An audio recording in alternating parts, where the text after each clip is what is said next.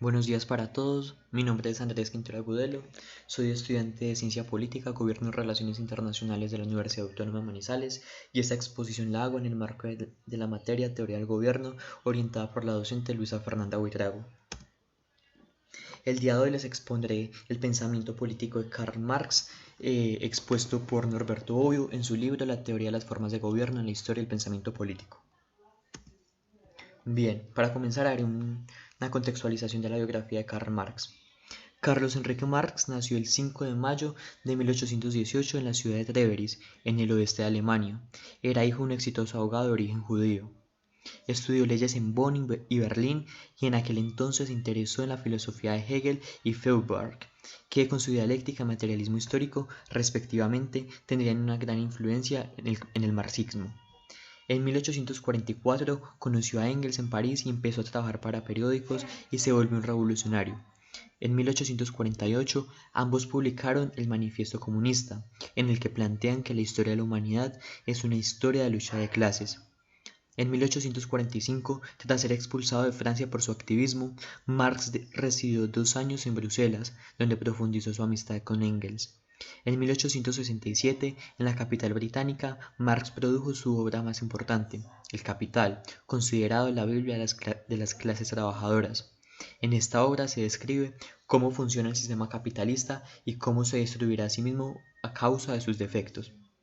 Falleció el 14 de marzo de 1883 y fue enterrado en Londres, donde hoy se puede visitar su tumba, cuyo epitafio dice: Trabajadores del mundo, unidos. En 1999 fue reconocido por la BBC como el mayor pensador del milenio. Bien, para iniciar, es conveniente preguntarnos si verdaderamente existe una teoría de las formas de gobierno del pensamiento político en Marx. Desde el inicio, Bobbio es enfático en advertirnos sobre la ruptura de la tradicional forma de clasificaciones políticas, ya que esa línea que venía desde Platón y se extendía hasta Hegel se rompe con Marx, pues en este existe más bien una teoría muy general del Estado de índole marxista, en lugar de analizar sus aspectos particulares a la luz de la tradición del pensamiento político presentada a lo largo del libro.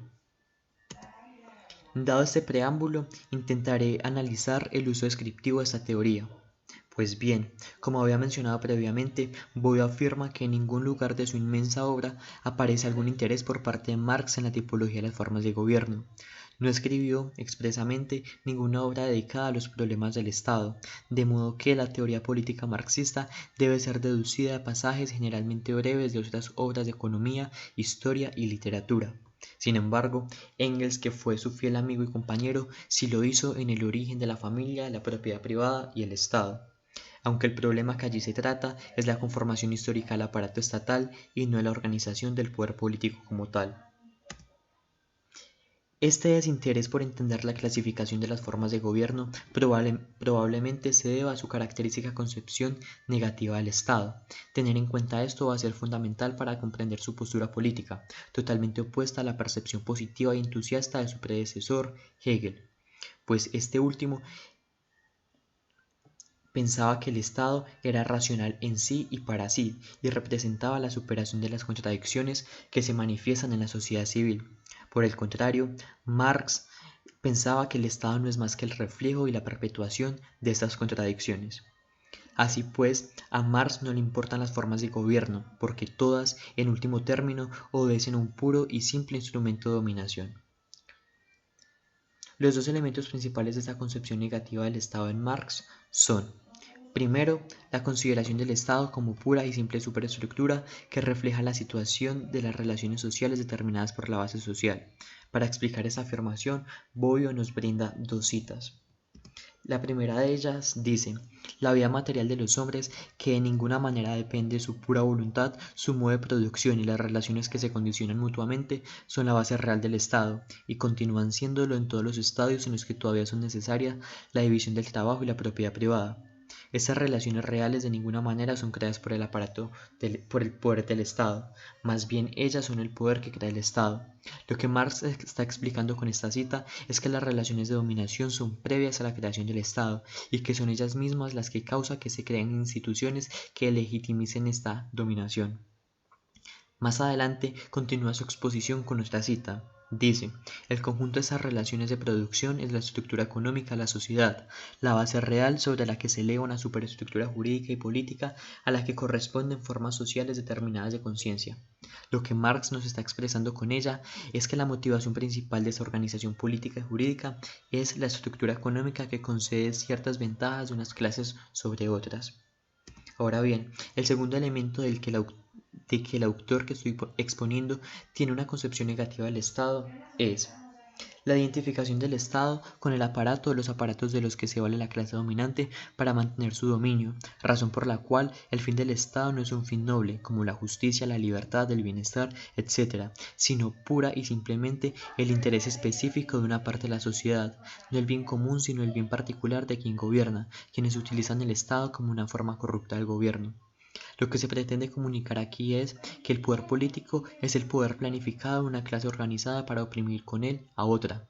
En ese sentido, lo que le importa a Marx es la relación real de dominio que existe entre dominantes y dominados, cualquiera que sea la forma institucional, es decir, el modelo de gobierno con la que ésta esté revestida. Más adelante, Marx dirá que todo Estado es una forma de despotismo. Esa equiparación cobra sentido si se entiende que el autor está haciendo alusión al revestimiento exterior del Estado y despotismo lo entiende como la naturaleza de la relación real de dominación, que se sirve de la forma institucional más adecuada para hacerse velar. Y lo ejemplifica con algunas situaciones históricas. Primero nos dice, el Estado antiguo fue el sometimiento de poseedores sobre los esclavos. El Estado feudal fue el sometimiento de la nobleza sobre los siervos. Y el Estado moderno es el sometimiento del capital sobre los asalariados. Ahora bien, una de las únicas distinciones que Marx hace del Estado representativo como forma de gobierno es la mención del bonapartismo, la cual, aunque importante, no llega tan lejos para poder demostrar que sea errónea la tesis de la irrelevancia de la clasificación de las formas de gobierno. Pero, ¿qué es el bonapartismo? Engels lo define mediante un ejemplo. En tiempos excepcionales en los que las clases antagónicas tienen fuerzas casi iguales, el poder estatal puede asumir el papel de mediador entre las clases y adquirir una cierta autonomía frente a ambas, de modo que, en estos casos, el Estado dejaría de ser una herramienta de opresión de la clase dominante. Un ejemplo de lo anterior podrían ser los tiranos clásicos que tomaban el poder arbitrariamente para conseguir orden entre las partes en conflicto. Sin embargo, hay que tener en cuenta que muy pocas veces los tiranos no están financiados, respaldados e influenciados por una clase social, y también es cierto que en situaciones como estas el poder ejecutivo cobra preponderancia sobre el legislativo. Los escasos momentos en donde el bonapartismo se ha materializado ha sido debido a tensas situaciones en las que la burguesía ha tenido que renunciar al poder político para seguir ostentando el poder social, o dicho de otro modo, para salvar la bolsa a veces es necesario renunciar a la corona.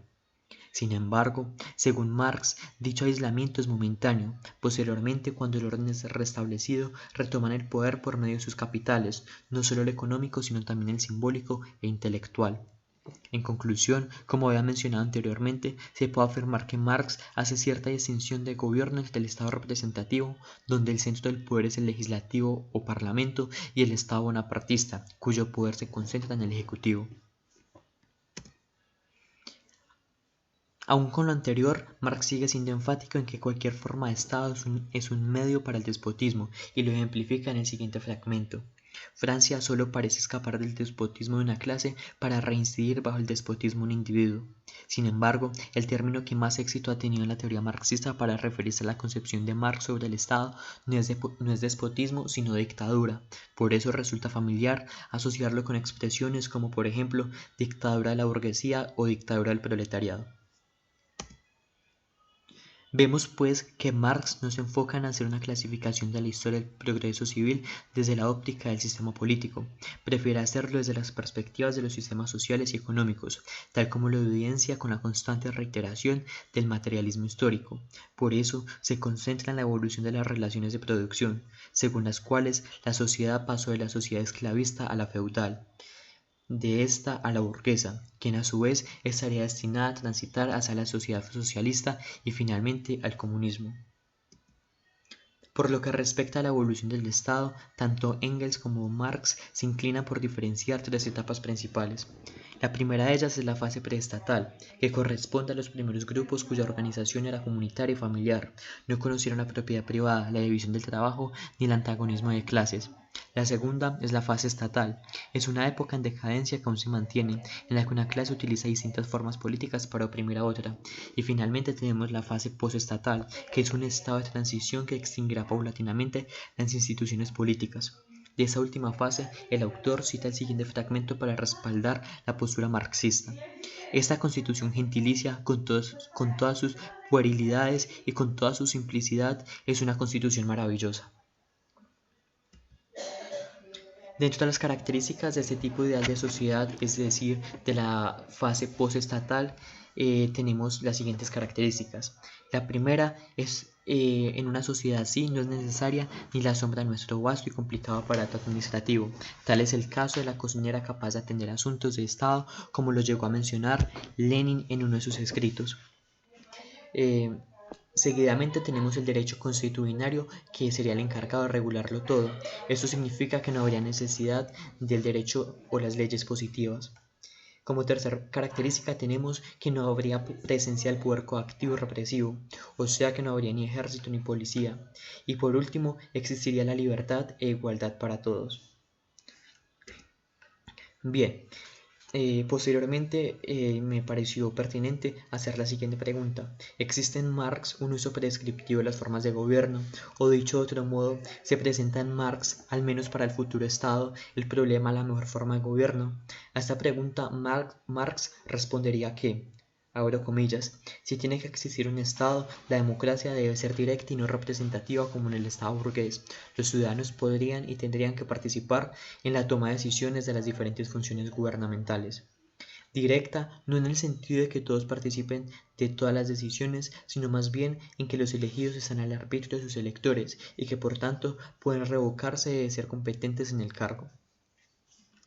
Posteriormente, Marx nos dice que para ejecutar estas ideas se inspiró en la Comuna de París y propuso lo siguiente.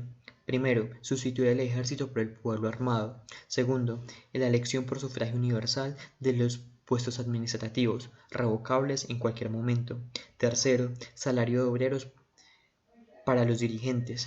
Cuarto, expropiación de las iglesias. Quinto, educación gratuita. Y sexto, descentralización del poder estatal.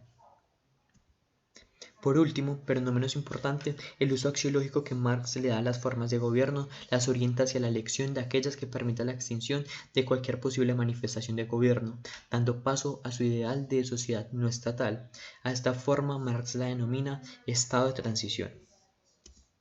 Dentro de las conclusiones que pude extraer de la lectura está, primero, la teoría Marx-Engelsiana del Estado reconoce que las tipologías de las formas de gobierno que durante siglos fueron utilizadas para señalar el ritmo de la historia perdieron todo valor. Segundo, la esencia del Estado es el despotismo. Las formas de gobierno modifican el modo de ejercer el poder, pero no la esencia.